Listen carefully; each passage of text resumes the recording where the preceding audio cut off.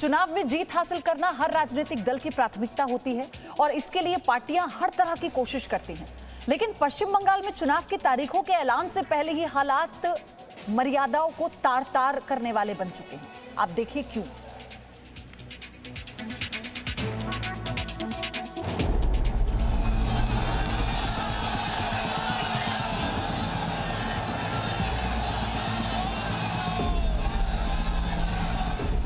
दूध मांगोगे तो खीर देंगे, बंगाल मांगोगे तो चीर देंगे।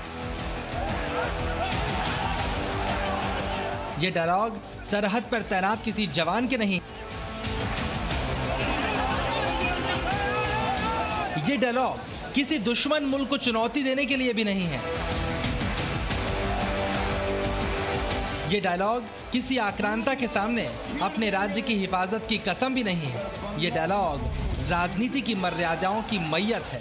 ये डायलॉग लोकतंत्र के आदर्शों का जनाजा है। ये डायलॉग घोर अपमान है हमारे संविधान की भावनाओं का।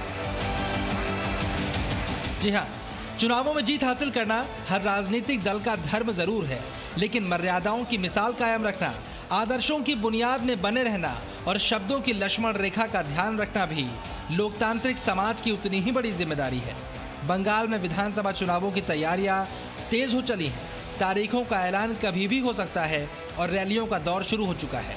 ऐसी ही एक रैली में पश्चिम बंगाल की सत्ताधारी तृणमूल कांग्रेस के नेता ने अपने राजनीतिक प्रतिद्वंदी को कुछ इस तरह से चुनौती दी, मानो ये सियासी दलों के बीच सत्ता के लिए चुनाव न हो, दो दुश्मन मुल्कों के बीच जंग का ऐलान हो। एक टाइम का आवाज था पाकिस्तान, दूध चाहो तो खीर देंगे, कश्मीर चाहो तो चीर देंगे। और आवाज आज कोना से उठ रहे हैं। सुनो बीजेपी वालों, दूध मांगो तो खीर देंगे, अगर बंगाल मांगो तो चीर देंगे।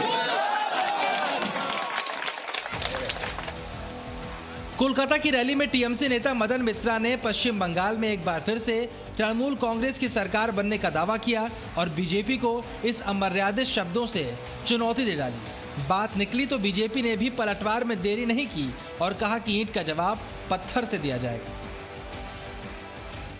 हम कश्मीर में 370 हटा सकते हैं, तो टीएमसी दल कौन सा है महाराज? इनकी विदाई तो तय है, पैरों तले इनके जमीन नहीं, इसलिए उल जुलूल वक्तव्य दे रहे हैं ताकि मीडिया में बने रहें। रही बात हार जीत की, तो बंगाल के लोगों ने तय कर लिया, युवा समाज ने, और बहुत जल्द इन लोगों को मई महीने में इन लोगों को इनका जवाब दिया जाएगा। बंगाल में ये हालात तब हैं जब अब तक चुनावों की तारीख का ऐलान भी नहीं हुआ और अभी से रैलियों के दौरान पत्थरबाजी, बमबारी और हमले का सिलसिला शुरू हो गया है। मतलब हिंसा जमीन पर भी है और जुबान पर भी।